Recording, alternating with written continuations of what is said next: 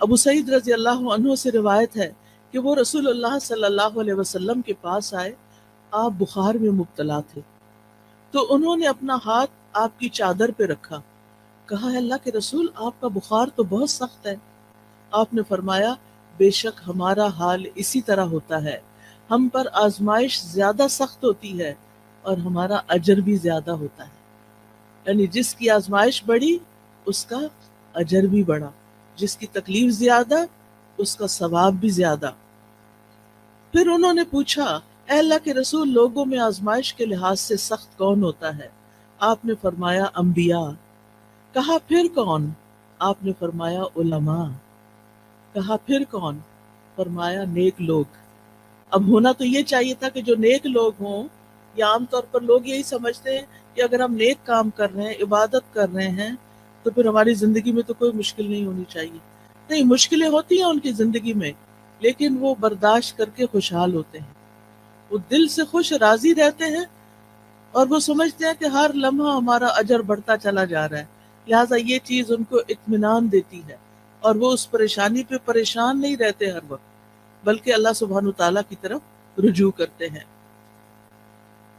نبی صلی اللہ علیہ وسلم نے یہ بھی فرمایا کہ ان کو یعنی نیک لوگوں کو بعض اوقات ایسی تکلیفیں آتی ہیں، کچھ لوگ آزمائش پر بھی خوش ہوتے ہیں بنسبت اس شخص کے جو کچھ دیے جانے پر خوش ہوتا ہے۔ یعنی عام لوگوں کا حال کیا ہوتا ہے کہ جب ان کو کچھ دیا جاتا ہے تو وہ خوش ہوتے ہیں، لیکن انبیاء اور نیک لوگ جب ان پر کوئی تکلیف آتی ہے تو خوش ہوتے ہیں، وہ سوچتے ہیں کہ ہمارے رب نے اس کام کے لیے چنا۔ اب رب کی بڑی حکمتیں ہوتی ہیں، وہ کسی پر اس کی وسعت سے بڑھ کے بوجھ نہیں ڈالتا۔ لا یکلف اللہ نفسا الا وسعها، اللہ کسی جان پر اس کی ہمت وسعت سے بڑھ کے بوجھ نہیں ڈالتا۔ لہا ما کسبت وعلیہا ما اکتسبت، مومن یہی دعا کرتا رہتا ہے ربنا لا تؤاخذنا ان نسینا او اخطانا ربنا ولا تحمل علینا کما حملته علی الذین من قبلنا ربنا ولا تحملنا ما لا طاقت لنا به۔ یعنی جب ان کو تکلیف آتی ہے تو وہ سوچتے ہیں کہ اگر یہ تکلیف ہمارے گناہوں کی وجہ سے ہے تو کہ دعائیں کرتے ہیں یا اللہ تو ہمیں پکڑنا، ہمیں نہ پکڑنا، اگر ہم بھول گئے یا ہم نے کوئی غلطی کر لی ہے تو اس پر ہماری پکڑ نہ کر، اللہ ہم پہ وہ بوجھ نہ ڈال جو ہم سے پہلے لوگوں پہ ڈالے گئے، اللہ ہمیں وہ بوجھ نہ اٹھوا جس کے اٹھانے کی ہم میں طاقت نہیں، جس کی ہم ہمت نہیں رکھتے، یا اللہ اس تکلیف کو اتنا نہ بڑھا دینا کہ ہم اسے برداشت نہ کر سکیں۔ لہٰذا وہ اللہ تعالیٰ کی طرف رجوع کرتے رہتے ہیں اور کہتے ہیں وَلَا تُحَمِّلْنَا مَا لَا طَاقَةَ لَنَا بِهِ وَاعْفُ عَنَّا، ہمیں معاف کر دیجئے، وَاغْفِرْ لَنَا، ہمیں بخش دیجئے، وَارْحَمْنَا، ہم پہ رحم فرمائیے، یا حی یا قیوم برحمتک استغیث۔ مومن پہ جب تکلیف آتی ہے، آزمائش آتی ہے، تو وہ اللہ کی رحمت پکارتا ہے، اللہ کی رحمت کے لیے دعائیں کرتا ہے، وَارْحَمْنَا أَنْتَ مَوْلَانَا، تو ہی ہمارا والی وارث ہے، تو ہی ہمارا مولا ہے، فَانْصُرْنَا عَلَى الْقَوْمِ الْكَافِرِينَ، ہمیں کافر قوم کے مقابلے میں مدد عطا فرما، ہم تیری مدد کے محتاج ہیں۔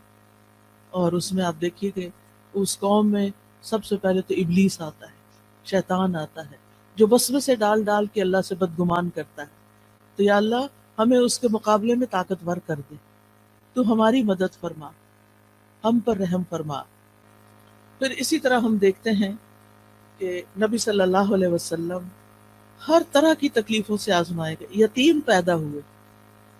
ماں بھی فوت ہو گئی چھوٹی عمر میں، پھر دادا فوت ہو گئے، پھر چچا مددگار تھے عین مصیبت کے سال، وہ بھی فوت ہو گئے، بیوی بڑی غمگسار تھی حضرت خدیجہ، وہ بھی فوت ہو گئی، پھر وطن سے پیار ہوتا ہے، حالات اتنے تنگ ہو گئے، آزمائشیں اتنی بڑی، 3 سال تو ایک گھاٹی میں گزارنے پڑے جہاں کچھ کھانے پینے کو نہیں تھا، اور پھر بالآخر مکہ چھوڑنا پڑا، چھوڑتے ہوئے کہا ہے مکہ تو مجھے سب سے پیارا ہے، اگر تیرے رہنے والے مجھے یہاں سے نہ نکالتے میں کبھی نہ جاتا یہاں سے۔ پھر ایک نئی جگہ پر گئے، وہاں جا کر جنگیں مسلط ہوگی، ایک کے بعد ایک سال جنگ آ رہی ہے، جان مال ہر چیز کو خطرہ، خوف، پریشانی، بیماری، کون سی تکلیف تھی جو رسول اللہ صلی اللہ علیہ وسلم پر نہیں آئی؟ پھر آپ کے بیٹے بھی فوت ہو گئے،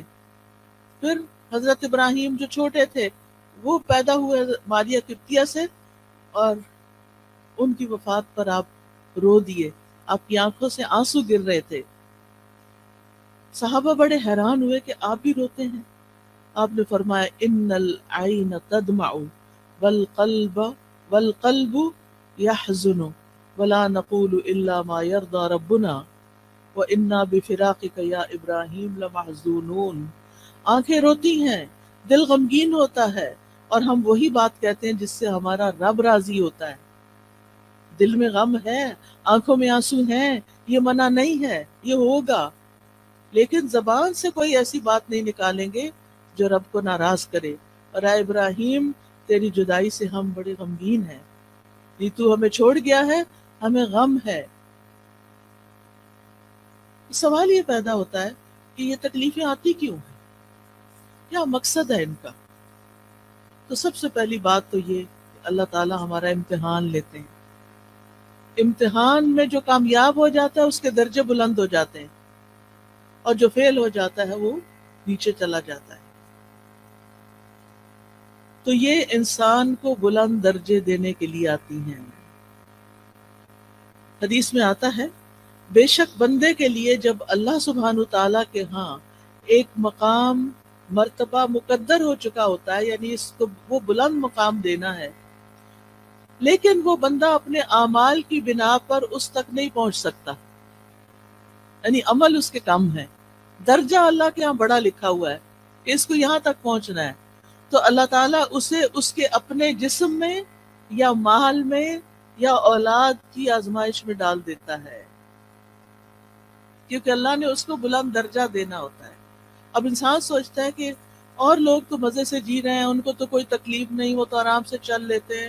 مجھے ہی کیوں تکلیف ہے، سب کی اولاد اتنی صحت مند ہے، میرا بچہ کیوں بیمار ہے، سب کے شوہر اتنے اچھے سلوک کرتے ہیں، میرا شوہر مجھے کیوں نہیں پوچھتا۔ یہ دراصل آپ کا امتحان ہے، آپ اس تکلیف سے گزر رہی ہیں، یہ اللہ سبحانہ تعالیٰ کے ہاں آپ کے درجے بلند کر رہی ہے اگر آپ صبر کر رہے ہیں۔ اور پھر یہ کہ جب اللہ تعالیٰ تکلیف دیتا ہے تو جن کے درجے بلند ہوتے ہیں ان کو اللہ تعالیٰ صبر کی توفیق بھی دے دیتا ہے،